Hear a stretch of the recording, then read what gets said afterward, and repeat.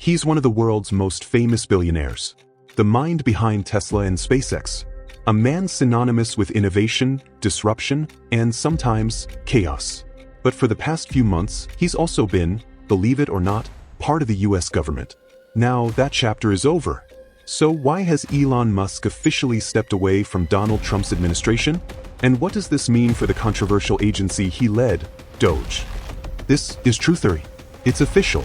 Elon Musk, the billionaire entrepreneur, has stepped down as head of the Department of Government Efficiency, or DOGE, a Trump initiative aimed at shrinking the federal government.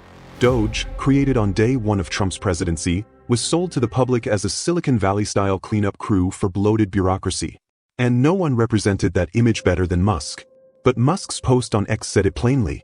My time with the administration has come to an end. He thanked President Trump for the opportunity to cut what he called wasteful spending, though critics say what Musk slashed wasn't just spending, but essential services. What's interesting here isn't just that Musk left. It's when and why. Just days before, the House passed a sweeping tax and spending bill by a razor-thin vote. Musk opposed it, publicly. In a widely shared CBS interview, Musk didn't hold back.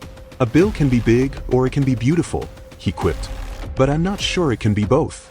He criticized the budget's ballooning deficit and what he saw as a betrayal of DOGE's core mission, fiscal restraint and government efficiency.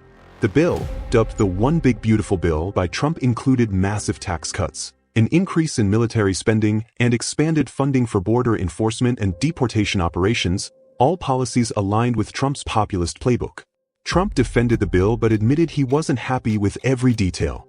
We'll be negotiating parts of it. Some things I love. Some things? Not so much. But for Musk, it seems this was the last straw. Well, let's delve into the context to understand the truth. Musk's tenure at DOGE had been rocky from the start.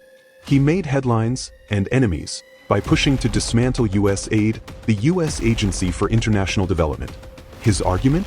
Too much taxpayer money was being sent overseas without measurable returns. But the move triggered internal resistance. Diplomats protested. Lawmakers pushed back. Judges got involved. In February, thousands of USAID employees were suddenly terminated or placed on leave. Offices were shut down. Reports emerged of staff being given just 15 minutes to grab their things and leave. A federal judge in Maryland intervened, issuing an injunction that halted further cuts, calling the agency's dismantling likely unconstitutional. The backlash was immediate. Human rights groups, development experts, and bipartisan lawmakers blasted DOGE for gutting humanitarian efforts without due process. On the other side, let's understand what exactly was happening in the Trump camp. DOGE wasn't just cutting aid. It was cutting across Trump's own political alliances. Musk openly feuded with trade advisor Peter Navarro, calling him a moron over erratic global tariff policies.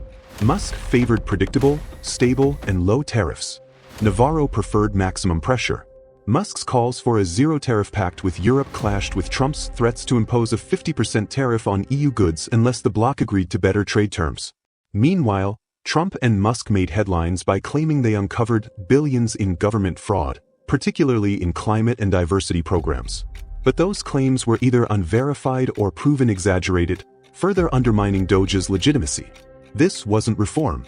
Critics said it was sabotage wrapped in Silicon Valley PR. So what next for DOGE? DOGE was envisioned as a disruptive force. And disrupt it did. But with Musk gone, the agency appears to be adrift. Trump has not named a replacement. Morale inside the department is reportedly at an all-time low. Former US diplomat Colleen Graffy told Truthory, DOGE only worked because Elon Musk had Trump's full attention.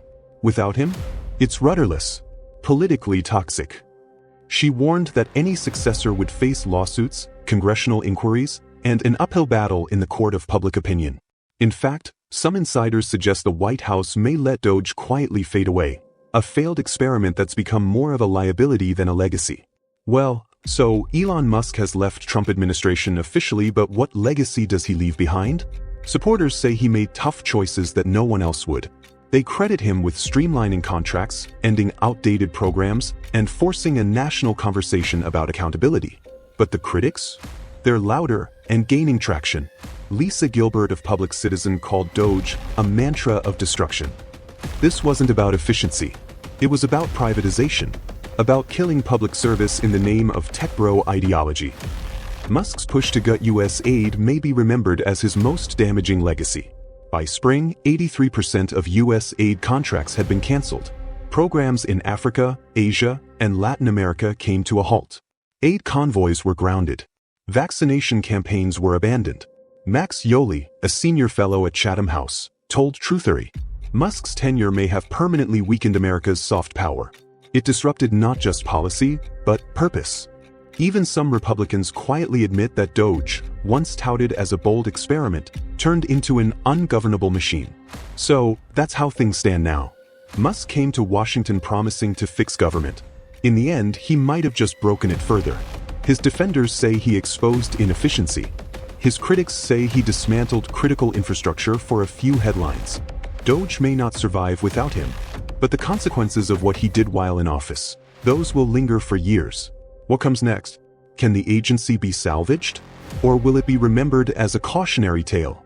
Share your views. This is Truthory. Stay sharp. Stay informed.